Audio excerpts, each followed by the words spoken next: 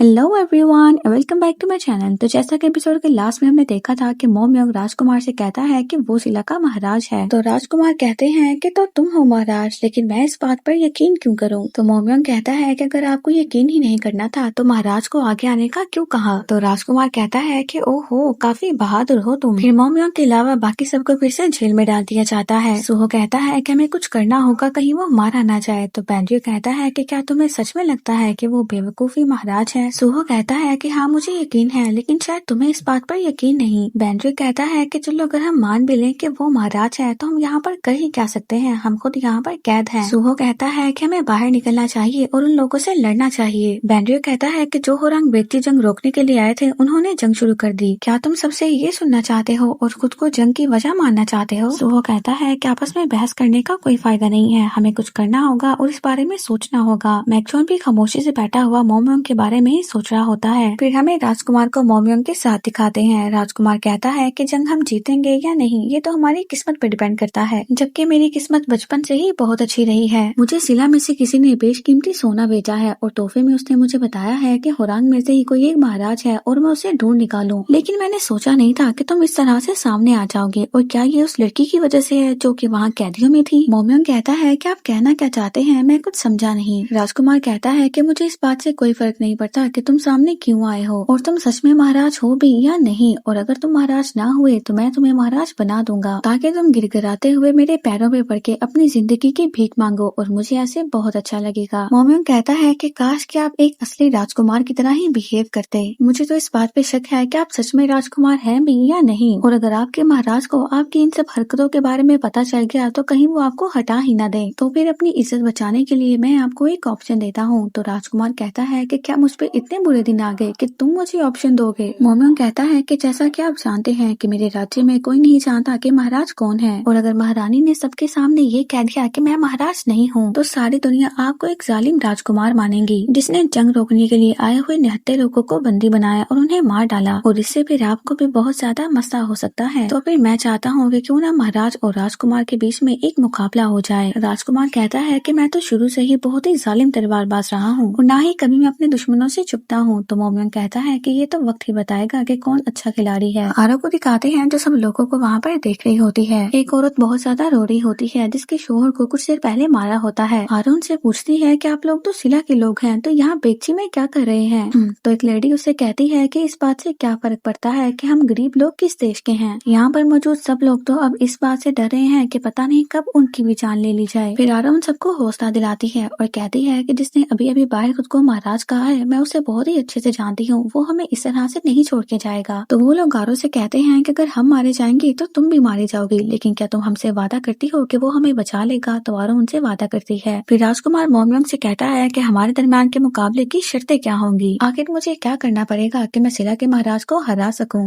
मोमयंग कहता है कि अगर आप अकेले मुझसे लड़ने के लिए आएंगे तो लोग कहेंगे कि बेटी के राजकुमार ने महाराज को आसान चुनौती दे दी। तो फिर ये आप तय करें कि हमारे दरमियान में मुकाबला कैसा होगा। तो बेटी के राजकुमार कहते हैं कि क्या आप हमारी बेइज्जती कर रहे हैं? तो मोमयंग कहता है कि हाँ, कुछ हद तक। तो राजकुमार कहता है कि ठीक है, फिर सारी शर्तें भी मैं तय करूंगा, और अगर तुम हारते हो तो राजकुमारी तुम्हारे साथ वापस नहीं जाएगी और सिला की अवाम और सभी होरांग के सर काट दिए जाएंगे। तो मोमयंग कहता है कि ठीक है। राजकुमार कहता है कि क्या तुम्हें यकीन है कि तुम ही महाराज हो, क्योंकि आज तक तुम सिंहासन पर तो बैठे नहीं हो, तो फिर तुम खुद को महाराज क्यों कहते हो? तो मोमयंग कहता है कि अगर कोई जानवर जंगल में अकेला रहता है तो क्या वो भूल सकता है कि वो जानवर है? फिर राजकुमार अपने सेनापति को बुलाता है और जाने से पहले मोमयंग से कहता है कि जाते हुए अपनी किस्मत तो आजमा लो। फिर राजकुमार अपने डाइस फेंकता है तो उन डाइस पे 5 और 6 आता है, और फिर राजकुमार मोमयंग को डाइस देता है। मोमयंग खड़ा होता है और उन डाइस को फेंकता है। राजकुमार सेनापति से कहते हैं कि इनका खास ख्याल रखना, आखिर ये सिला के महाराज जो ठहरे। और फिर मोमयंग सेनापति से कहता है कि मैं वही रुकूंगा जहाँ पहले रुका हुआ था। मोमयंग दोबारा से कैद खाने आ जाता है। सुहो उससे पूछता है कि तुम ठीक तो हो ना? और फिर बेंड्रियो उससे गुस्से से पूछता है कि क्या तुम ही महाराज हो? तो मोमयंग कहता है कि हाँ, मैं ही महाराज हूँ। बेगची से जब तक हम निकल नहीं जाते तब तक मैं ही महाराज हूँ। बेंड्रियो कहता है कि फिर उसके बाद क्या? उसके बाद तुम महाराज नहीं रहोगे? मोमयंग कहता है कि मैं महाराज हूँ या फिर नहीं, इसका जवाब तो मैं बेगची से निकलने के बाद ही दूंगा। फिर सुहो उससे पूछता है कि आपका आगे का क्या प्लान है, और कहता है कि इज्जत से बात करते हुए तो अजीब ही लग रहा है। तो मोमयंग उसे कहता है कि कल मैं राजकुमार से लड़ूंगा,